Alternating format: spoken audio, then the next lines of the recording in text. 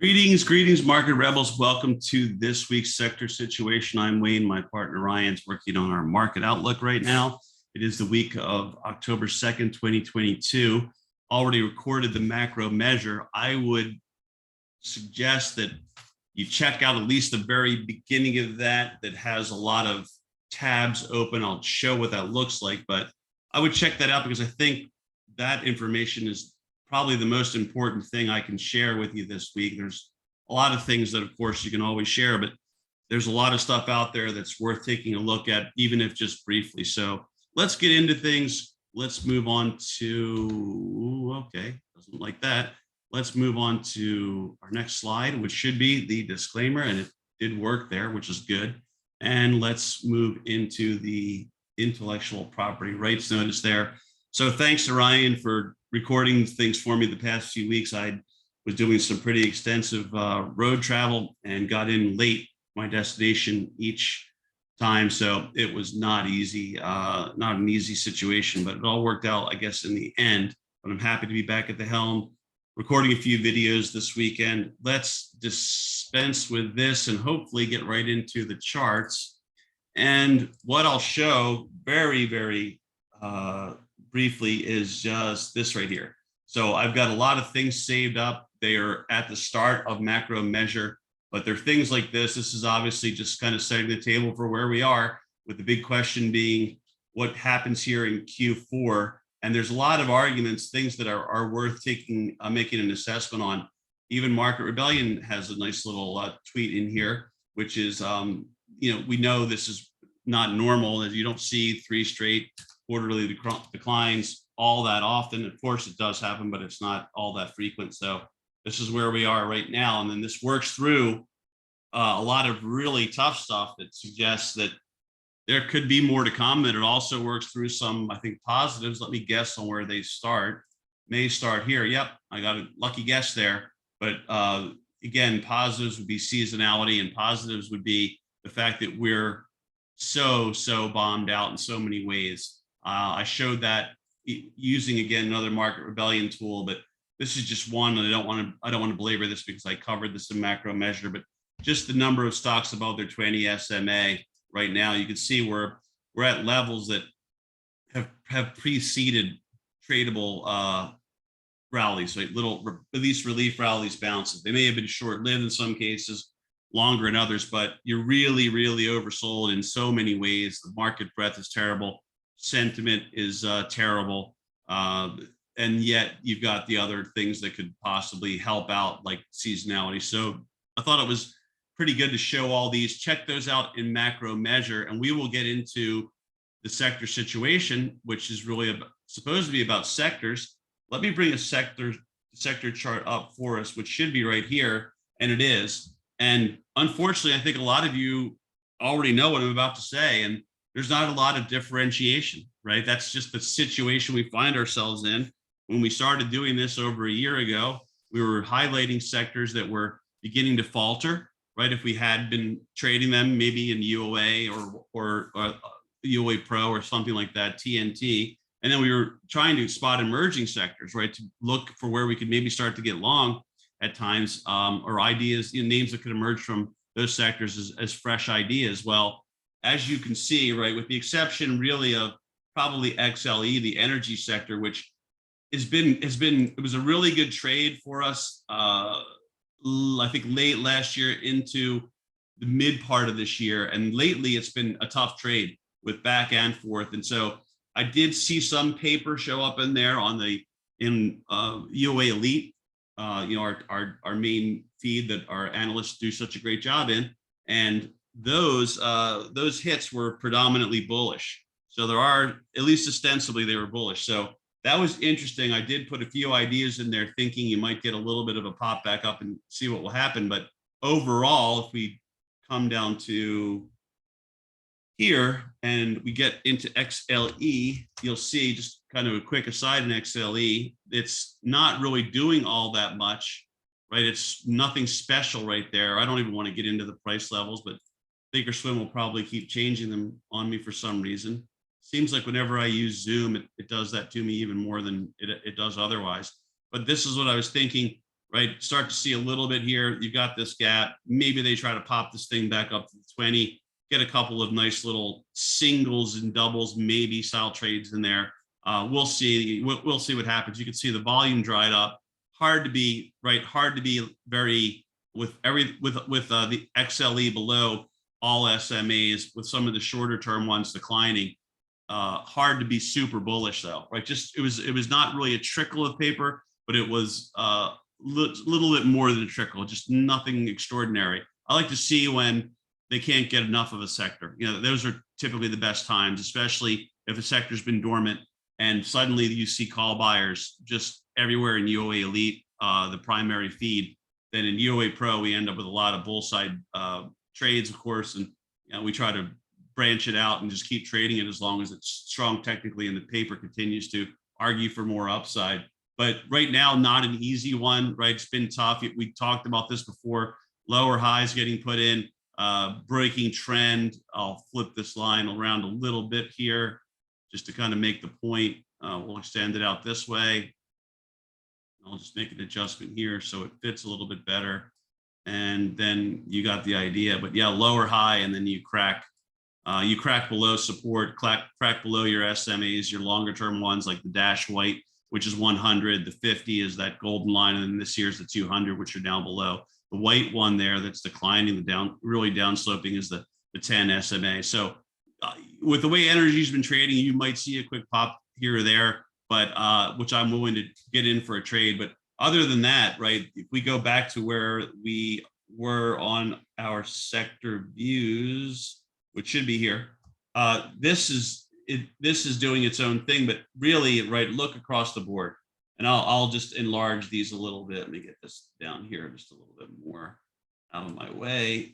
Right here, we could take a look at XLK, technology, XLC communications, right? These are either about to make a new low or have just made a new low. XLF, the financials, we've traded those in both directions. They're just off lows, but they rolled over at the end of the week with the market. Same thing in transport. So these are two important sectors historically, in my mind anyway. They're getting rocked. SMH, which we showed in macro measure, got rocked, but I'll try to remember to bring it up again here. Here's your healthcare, XLV, rocked down towards the lows, right? There's nothing, no differentiation. It's just minimal, right? You've got the staples even got rocked. Discretionary, let's get a better view on that, but discretionary still off the lows. I guess there's just the old assumption that that's showing up here maybe is that, well, you know, people that have money really won't be that affected by the situation overall. There's nothing to really, they're still going to consume. There's definitely some truth in that, but I'm not so sure about that.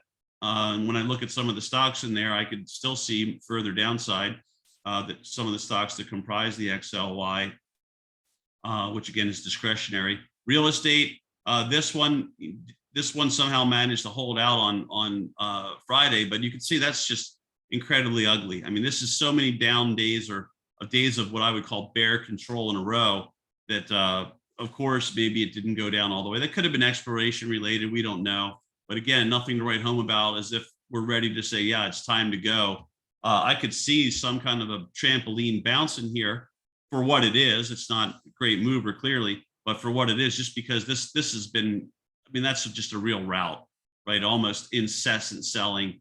And the thing is lost. Let's see, closes at 43.48, drops down to here. So you're talking about, you know, almost a 20% beat down, or roughly a 20% beat down in just a few weeks. And that's pretty severe, right? Normally sectors don't fall apart that much.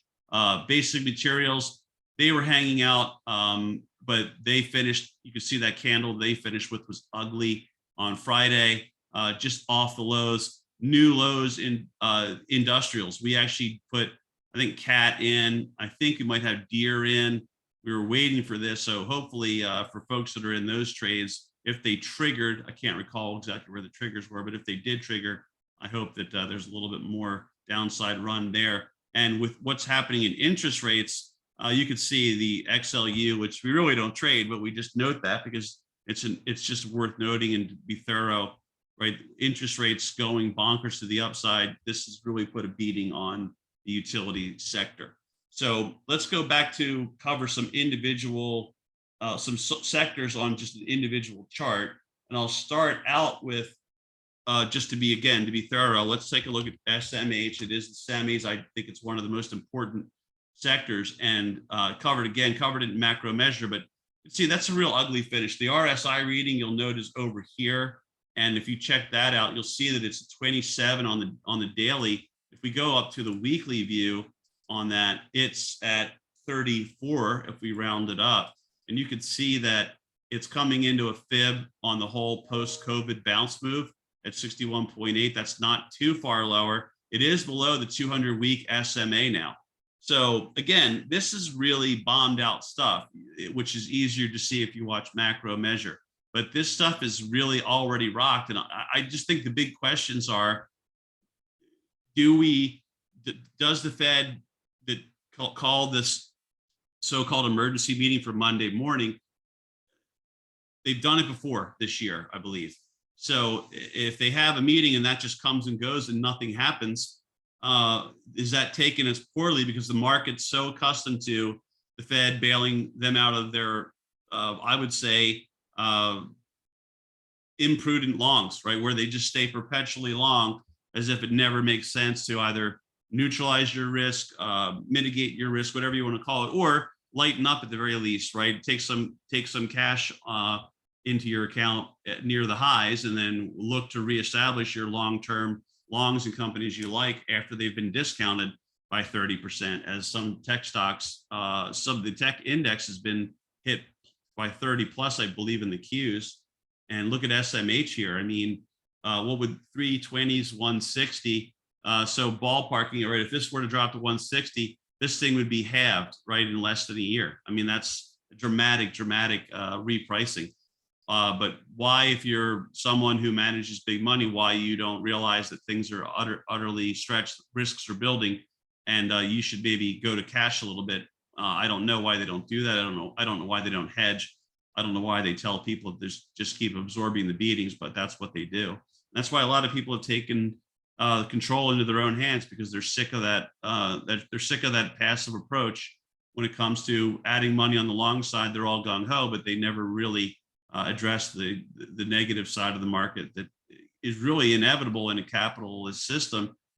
But of course, we've tried to forestall that from happening into our own, looks like to our own detriment, ultimately, to me. But we'll see. Regardless, SMH has been crushed already, and the question is, does the Fed do something and then we get this big relief rally, or maybe that changes the game? They do nothing. And is that interpreted by the market as, well, that's bad, the Fed's still not stepping in to save our keisters, our bacon, whatever you want to call it?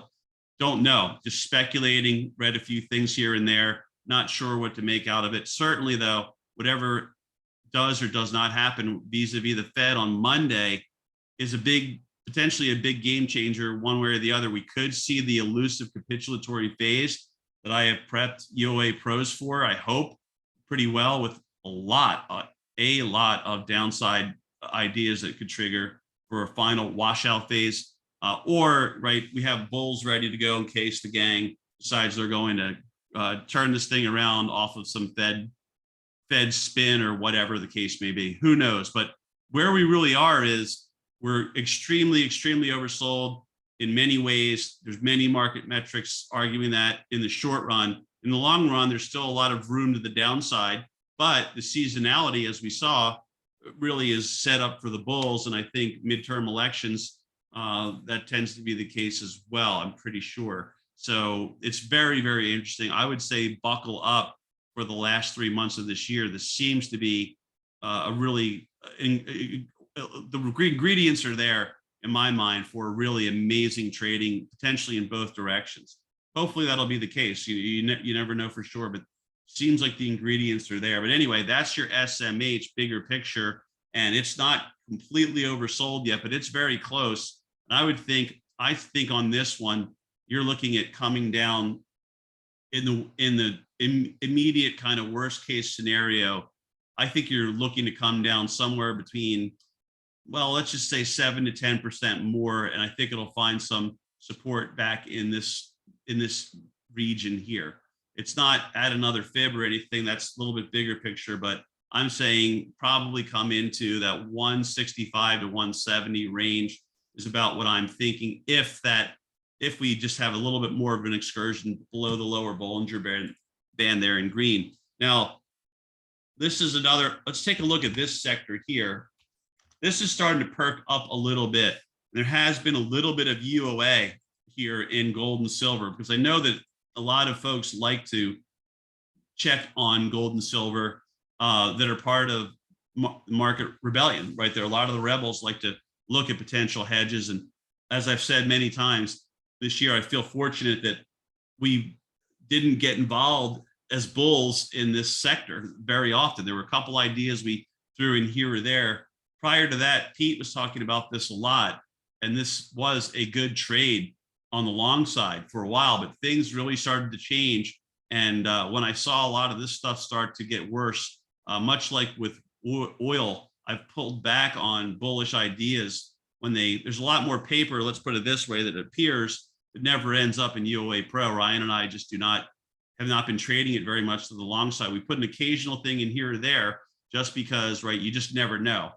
But, and maybe there's a little good risk reward or what have you that we see. But this is starting to do something. Remember, it's done the old trip to the 50 before and then failed. So you could even say that probably right there in gold. So I'm not sure if this is the bottom. I think there's still probably more to go. I'm hoping there is. As many of you know, I've been buying physical metals on the way down, hoping to get steamrolled. I haven't gotten steamrolled yet, but I'm hoping still to get steamrolled so that when I average my way in, my low buys versus my initial buys are going to look really good and help to bring my overall costs down. But a little something happening there. We'll see. We'll keep an eye on it. But yeah, I'm still not convinced with just a little bit of a rally that this thing is ready to go. I hope I'm right about that. We'll see. We'll see. Now, getting into other important things. So let's take a look at some major things, and then we'll take a look at some other things that may be related to the situation we're in right now. A major thing would be something like oil, since we talked about the XLE a little. If you look at oil right now, this is not right. This is for the November delivery, but this is not very convincing yet. And this is why one reason why I've been really torn about. I did put some bullish ideas in this week for oil that I could see the stock charts looking interesting, but this is continuing to slide while XLE has kind of gone into more of a sideways churn. But to me, right, if this could take out the 20-day, that would start to look interesting. There's think or swim striking again with switching my prices to percentages. So let me get rid of that. But there you have it on that. I mean, that's still, I don't think anyone would argue that that's not in at least intermediate term downtrend.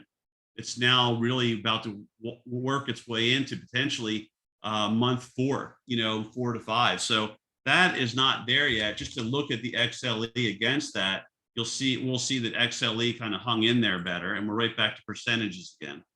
Isn't that wonderful?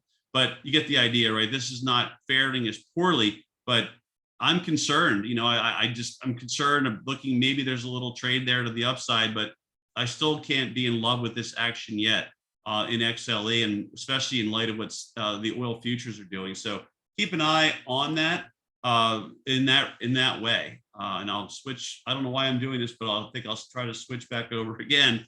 Let's take a look at some other big stuff like lumber. So I think I can get us lumber for where November lumber is right there. Let's see if that brings up anything. And you can see, right, that's obviously another important commodity. We know how I feel as though housing has become so important in the last 20 years in the U.S. economy, and so is financing like never before for autos and so on and so forth. And that's been getting choked off by the super quick and really of great magnitude rise in yields. this year. But there you go. Or this thing's barely off the lows, right? So that to me, I'm not so sure that's telling you that things are rip roaring. Another one would be copper, which I couldn't recall the symbol for some reason a couple of weeks back. Let me see. And here's copper, right? There's another one, as you probably have heard people call it Dr. Copper. Well, if it is Dr. Copper right now, it's Dr. Copper's prognosis is nothing special, right? It's probably, if we look at it a little bit bigger picture, you probably would have to say it's still in a downtrend right now. If it holds here, takes out highs, then we would change our tune. But clearly, right, it's until you, I always give the trend the benefit. Now, this could be a higher low. We'll see. But if it isn't, right, and you continue lower, then that, you'll take this low out and you'll probably drift even lower. So copper doesn't look all that great right now. It's holding in there. We'll give it a little bit of credit and say it's holding in there a little bit. So maybe something perks up a little bit. I did see a few things to indicate that some of the very most forward-looking stuff is seeing a little bit of an uptick in economic activity. So don't know what that's all about. I mean, frankly, I don't have all the details on it, but that we could look at lumber, we could look at copper, we could look at oil and see how things are going there. But this is all related to, of course, XHB, right, in some way. And XHB is the Housing Sector ETF. And again, this isn't very far off of these lows, and those lows aren't very far off of here, but this is hung in there. We've had some bearish ideas in here. I think they've done pretty well overall, but if you look again, I think if we give this a little more time and we look at it, I don't think this looks very rosy yet. We'd have to wait for this low to hold against this low, this cluster, and then start to see this thing curl up a little bit more. Probably going to have to take out, by the time this were to work out, the 20-day there in blue, then maybe you're looking at a little bit more of a bounce back. Maybe you would call this, some people might call it a double bottom. Some people might just say, no, it's just a higher low, whatever the case may be. It's not imploding at the moment. So, but it's not too far from the danger zone, because remember, if it takes out those lows, there's not very much below it. So if rates are to continue to rise, I still think that's going to make life difficult for home builders. Now, let's take a look, and of course, auto sales and other big ticket items. Here's a good look at, let's take a look. This is real estate, which is somewhat related, right? So US real estate ETF, you can see this is below the lower Bollinger Band by quite a bit. This has really gotten rocked. We've had trades in there. There was some really good bearish paper. I think folks have done well. I got some updates that someone was still trading it to the downside, which really was great to hear, because it's been such a strong, powerful move. Once it finally gave it up, it really got smashed. You can see that. So that's good, but just do note, if you're trading this, that, right, it's probably overdone in the short run, and maybe it needs to come back a little bit before you get another leg. Now, if we go a little bit bigger picture on that one, where can we get to? Well, you can see this is really bad. This really got roasted, but it can get further roasted if we're going to have more legs to this bear market. But for the short run, I do think it's been overly smashed, very, in other words, fallen too far too fast. So I think probably there's at least an attempt there to put a little rally together for now. Again, that could be related to what we talked about in macro measure, with rates and the dollar maybe having gotten a little bit ahead of themselves and needing to back up. HYG, this is your another ETF, right? Your high yield. That's not very far off the lows, right? So you gives you an idea there. HYG, another one we've had some put buying, and we've had some ideas in there. Some might be trading it, but that's really extended too. See, you're outside of your Bollinger Band there on the daily. And then this LQD, I regret not getting this in. I don't recall if we had it in UOA Essential, but I really wanted to get this in UOA Pro, and it finally started breaking down and really fell apart into last week. Really got its butt kicked. But this is I believe this is like your corporate bonds, and they've gotten, they've gotten shellacked as well. But these are really oversold. So if we combine this with TNX, right, the yields having been maybe ran too far too fast and maybe due to kind of come back in a little bit more as they did here, right? Get outside of your Bollingers, come back in a little, get outside Bollinger, come back in, get outside your Bollinger, come back in, get outside your Bollinger, pause, and then get outside your Bollinger, finally peak out and come back to them. It's holding for now, of course, last week, but yeah, I would think the way that this got overextended, they could come in. So if yields come in, right, this all kind of sets up for if the yields come in and your dollar starts to back off a little more, and it too got very overly roasted, right, to the upside, over toasty, that could come back in more, and then you finally might see the makings of a relief rally right there with all that stuff. But you can see that it sort of makes sense, right? A lot of the commodities have been crushed because of future growth prospects. A lot of things have been just trading along with the market. They've been shelled along with the market, and there's not a lot of differentiation there. And your real estate and your bonds have been obliterated, right? So there's a lot of things here. Remember that you can get some really strong bounces in things that have really gotten hit hard. That typically is the case. Like the more it's fallen, the faster it's fallen, the more of a kind of quick trampoline bounce you can get. So of course I would look at, everyone's favorite, which is SMH. That thing has gotten crushed, right? So if we come into here, we'll see it's just been a very forceful sell-off that we've seen in here that's been almost relentless. And so that's really that's almost been halved, not quite, from where it was. So I'm not saying it's time to get long for the long haul. I'm just talking about trades, that something that's gotten this hurt, this consistently to this great extent over the intermediate term, if they do kind of turn and burn the market, despite maybe a lot of the headwinds going forward for the sector, I think they'll do something like this, where once they finally get a hold of it, right, they'll just march it up very quickly because it's gotten smashed down so hard. So that's the kind of thing to keep in mind. And you all know the names and something like that. Of course, I'm hoping that we do see this type of paper show up at the right time in some of these stocks like NVIDIA, AMD. These have treated us very well on the downside. AMD, another one. I think we even put Intel in recently as maybe in Rebel Pit as a possible downside play, even though it was still getting hit, but just keeps falling. I forget who it is. Someone's got the famous quote of saying, it's never too late to sell a stock, no matter how long it's been down. It's never too late to buy one, no matter how far it's ran up. And it's a good quote. I don't recall who said that. Some famous investor way back when, but that's the thing about being a trader. You're not so worried about the long-term valuation of what you're doing. You're more concerned about, can this thing fall a little bit further and can I make some money on it, or can it rise a little bit further and can I make some money on it? And of course, that's usually the case, even if it's been battered for a while. Long-term positioning, though, I think you're probably getting closer ultimately to being a buyer on some of these things than a seller. But just look at this, right? From 347, not even a year ago, all the way down to about 120. That's nearly, right, not 70%, but that is really a strong beating right there. So just keep that in mind, that was it overvalued? Yeah, but may it still be in some ways?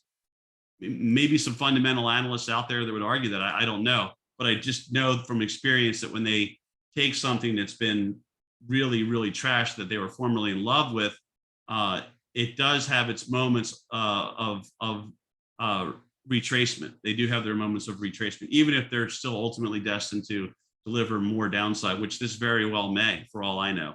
But that's the quick look at the sectors. I do really think this is more about what may or may not come out of the Fed, and the fact that we're at that point where it's very hard as a technician to argue that this whole thing is not bombed out. I mean, in so many ways, this is really bombed out. Covered those in macro measure. And with that being the case, you would expect a rally in most cases.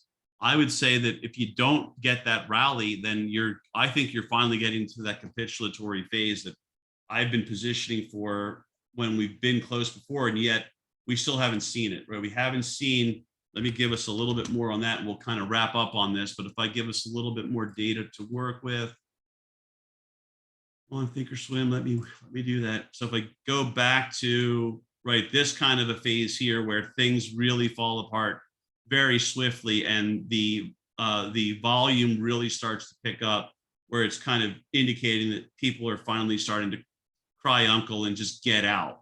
That kind of a phase, and it would be probably more easily seen and more extensive, but I don't know if this is really comparable in the sense that if you try to go back to that COVID situation, right? This was an extreme situation. I don't know if we're going to have something like that because it's not the same type of driver. In some ways, of course, what we're seeing now might be worse, but because this was expected to play out more quickly, they reacted maybe more quickly.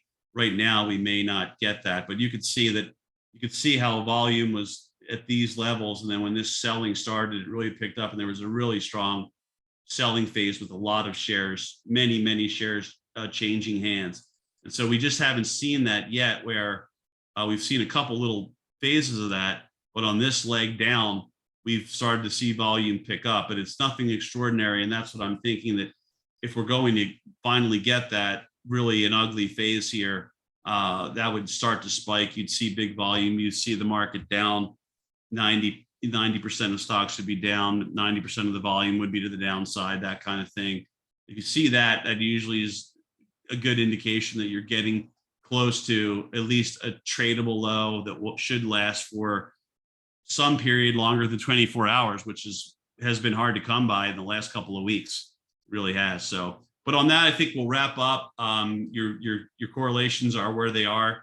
Everything's pretty much trading along with the market, with the exception of maybe your XLE. We looked at some of the big commodities that are important. They're not horrible, but they're also not flashing anything special other than maybe gold and silver, which maybe they will finally get their due. But they really, I think a lot of people have likely been disappointed with the performance of those because of all that's happened. And yet those things are just all the concerns that are out there, all the risk, all the inflation, and yet look where they are.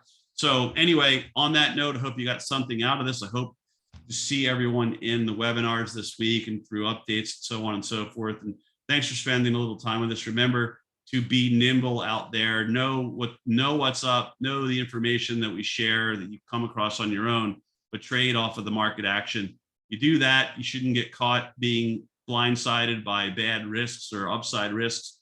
And at the same time, you'll be nimble and be in the moment, which is probably the critical stuff for short-term trading. So everyone take care, and we'll be in touch soon. Thank you.